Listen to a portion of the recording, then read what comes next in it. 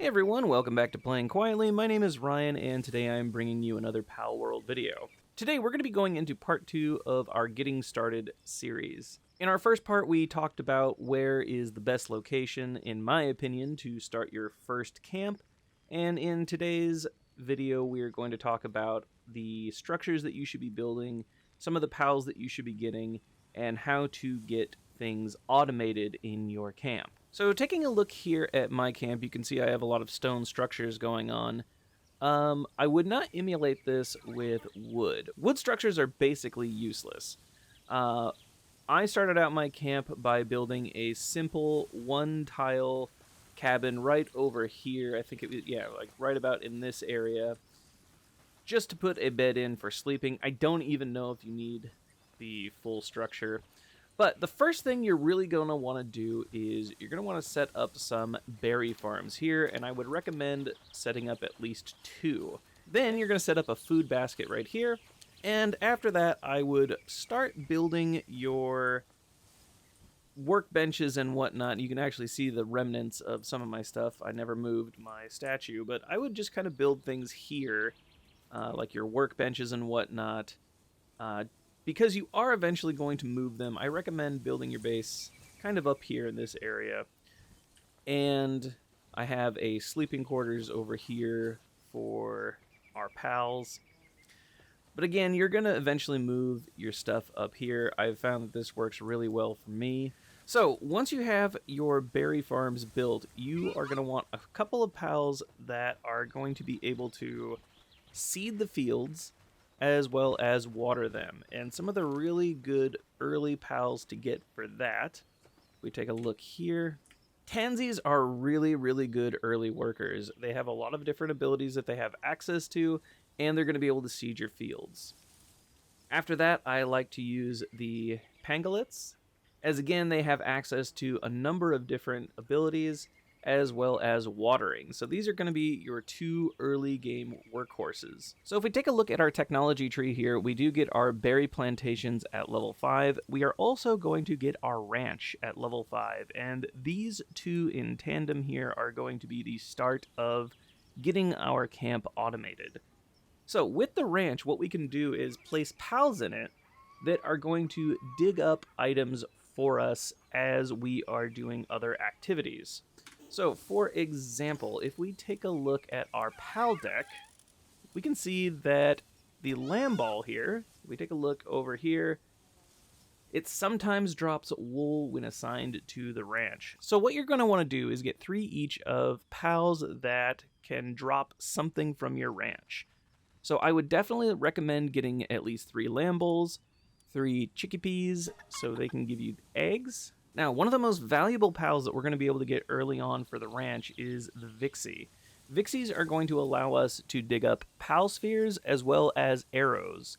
So those are 2 commodities that we're going to need a ton of in the early game, and they are going to be giving us them for free. So moving on from level 5, the next tier, level 6, we are definitely going to want to get the harness for our foxparks. This is going to give us access to the flamethrower ability for the foxparks, and that is going to be huge for downing bosses, killing large packs of invaders, or, as we'll see later, taking down the Pen King boss. After that, we're going to get access to structures like the logging site and the stone pit, which are also going to be good for starting automation. The stone pit in particular is going to be really important for us because, like I said, we are really going to largely ignore wooden structures, and we're going to be waiting until we can build stone, as that has a lot more durability and we're not going to get things burnt down.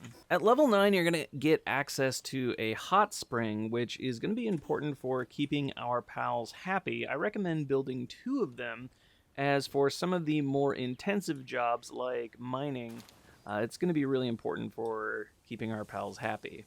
Also at level 9, we are going to get the saddle for the dire howls, which again is going to be very important for getting us some nice mobility. Now, once we have the saddle for the dire howl, we are really going to want to rush our way to level 15 so we can get the Nightwing saddle. After we get the Nightwing saddle, this is going to make everything we do so much easier, as we're going to finally have access to flight, and thus we're going to be able to get to a lot more places that we previously weren't able to get to, and we're going to be able to just get places faster and easier. So now that we are level 15 and we have access to flying, and we are reasonably able to take on a few other bosses that are going to be really helpful for us, let's talk about how to get one of the most important aspects of this location really going, and that is mining the ore that is around this base. Now, in my base right now, you can see that there's almost no ore left. There's one tiny little chunk right here, but everything's basically been cleared out.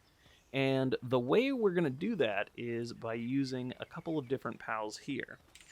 So we are first going to want to look for tombats. Now, if we take a look at our pal deck here, and we search for our tombats, where are they?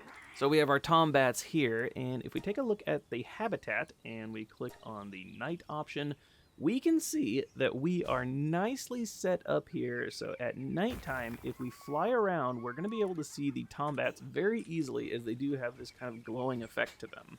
And again, if we take a look at the Tombat's abilities here, they're going to have access to level 2 gathering, level 2 mining, and level 2 transport. Now, that level 2 mining is important because that is the point where they are going to be able to mine the ore for us. Another extremely helpful pal for us is going to be the Pen King. So Pen Kings are basically going to replace our Pangolets.